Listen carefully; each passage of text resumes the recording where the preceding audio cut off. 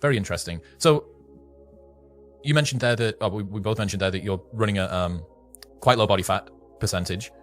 Why is that the optimal position for somebody to be in? You would have thought, well, ancestrally, the average body fat for somebody that was moving around a lot would have probably been significantly higher. How is it, or what's your thinking behind the fact that in the 5s range, which is like ridiculously lean, why do you think that seems to be optimal as opposed to having high level of body fat? Yeah, I mean, in questions like this, I would always defer to my team. You know, I can echo what I've heard them say, but I mean, I learned this as a pilot. I got certified to fly in several airplanes that got typed, but I had a rule for myself that I always flew with someone else who was a professional. Because when I was in the cockpit, even though I knew what I was doing, I was never as fluid and as competent as them. That's all they did every day, all day is thinking about that versus me jumping in and out. And so, and then also just knowing that if you have 5 longevity experts doing this, they're all going to disagree. But yeah, we've just been following the evidence of, caloric restriction has some meaningful evidence.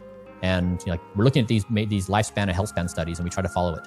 And so I don't know if 5% body fat is a target of more of where the body has settled out at.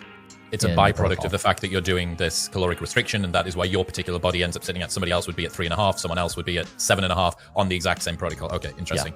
One of the things that I haven't heard you talk about is heat and cold exposure. This is the current most popular bro science approach for a longevity routine. Are you using ice baths? Are you using sauna exposure? Do you consider it a hormesis stressor? Have you tested with it? We kind of don't do anything that's popular right now. And we've looked pretty carefully at cold and hot exposure. We've looked at hyperbaric, and it's not to say that these things don't have benefit. It's that they don't have benefit in the ways where we have objectives. And so, I mean, there's an unlimited number of things I could do in a given day that would potentially be useful to me, but we have an extremely specific goal of slowing my speed of aging. And when you have that narrow of a goal, it just creates a really clean workspace to say, does this thing have inclusion or does it not? And so, no, we don't do any cold or heat exposure. That's interesting. I'm starting to kind of get a conception about this single ordinating principle, slow down the speed of aging. That means that there are other things that other people who have slightly different ordinating principles might need to add in. Well, let's say that it was your goal to optimize dopamine throughout the day. Okay, well, maybe you would look at adding in cold exposure. Maybe you would even look at adding in cold exposure multiple times throughout the day. And maybe you would do some research to look at whatever the equivalent of the circadian rhythm for dopamine is. And well, maybe we can bring it up on flat points, and maybe we can boost it on other points, and maybe we'll be taking a bunch of supplements. And that would be the ordinating principle if we want to maximize dopamine throughout the day. It's interesting that slowing the speed of aging, and you would have done it had it have been something that you think would have contributed to it, hasn't folded heat and cold exposure in. You said we're not doing the things that other people are doing, but you're not doing them because other people, you're not doing them because other people do them. You're not doing them because presumably the data doesn't suggest that it's something that would be worthwhile. Yep. Again, very well said. But it's strange that it's not looking at the data. The data isn't screaming at you, get in a fucking cold tub or like go in a sauna. Like it's strange that that's not happened, I think. Yeah. And it's hard. I really, I get asked about cold exposure, I think, more than anything. And,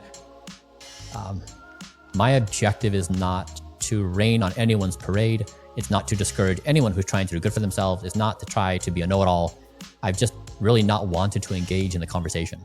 It's not part of my protocol. Fine, whatever. I don't need to go out and trumpet it. And I don't want, if other people are excited about it, that's wonderful.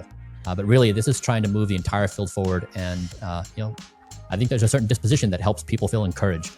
And so maybe we'll find the evidence, or maybe it'll be something we do in the future. Like, I never know. Like, every time I've expressed an opinion, I've come back to think I'm never expressing an opinion again, because you just never know where it's going to go. But I will say that, with what we're doing now with sleep and diet and exercise, maybe it solves my dopamine for me. I don't know. I mean, I don't currently have a dopamine problem. I think, like my mood has never been more stable in my entire life. I've never felt more motivated in my entire life. And so it's just different ways of saying it. But I think what you said really was a nice construction where if you don't have the clarification of endpoint, then it really gets in this fuzzy space of where you don't really know where to put that piece of the puzzle, and then people can misinterpret how to think about it.